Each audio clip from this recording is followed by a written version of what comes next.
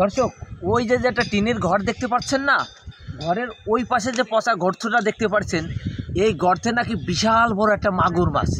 তা অনেক লোকই এখানে দেখতে আসে। তা এখন সকালবেলা তো লোক কম আসে, এই জন্য আমি আইছি দেখবো যে এই বিশাল মাগুর মাছ আসলে কি আছে না মিথ্যে কথা।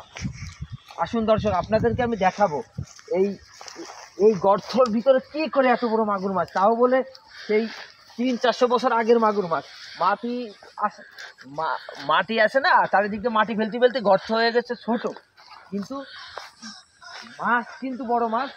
আসলে আপনারা না দেখলে বুঝবেন না। এই যে টিনের ঘরটা, এই ঘরের এই পারে গর্তটা আপনি, ওরে বাবা দর্শক, এই ঘরের পিছনে এই গর্তটা আমি আপনাদেরকে আসলে নিয়ে যাওয়ার চেষ্টা করব। এই যে এই মিনিটে যেতে হবে, এই যে সবাই যায়, এই যে সবাই যায় দর্শক।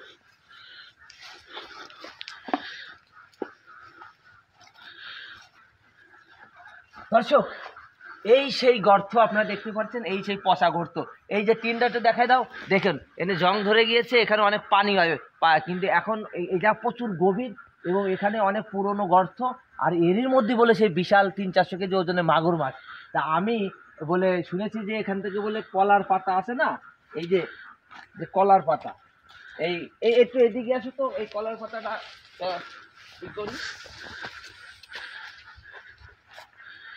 এই যে কলার পাতা, এই কলার পাতাটাকে ওই জায়গায় ফেলানোর সাথে মাগুর মাছটা উঠে আসবে। তা আমি একটু ফেলানোর চেষ্টা করি। এই যে এই কলার পাতা এখন ফেলাবো, ফেলালি এই মাছটা এখান থেকে উঠবে, কারণ ওরা বলে বড় মাছ তো। এখন মনে করেন যে প্রচুর পরিমাণে এই একটা কলার পাতা, প্রচুর পরিমাণ এই কলার পাতা, কলার গাছ কাইটে কেটে দেয় বলে। দেখি আসে কিনা একটু দেখি। হ্যাঁ, ওই ওই জায়গা ওই মাঝখানের দিকে আসবে, এখনই আসবে। হ্যাঁ, ও এখনই উঠবে দর্শক, এখনই উঠবে। ওই আপনি শুধু দেখতে থাকেন, এখনই মাছ এখান থেকে উঠবে। ওই যে দর্শক দেখেছেন, ওরে বাবা, এ কত বড় মাছ!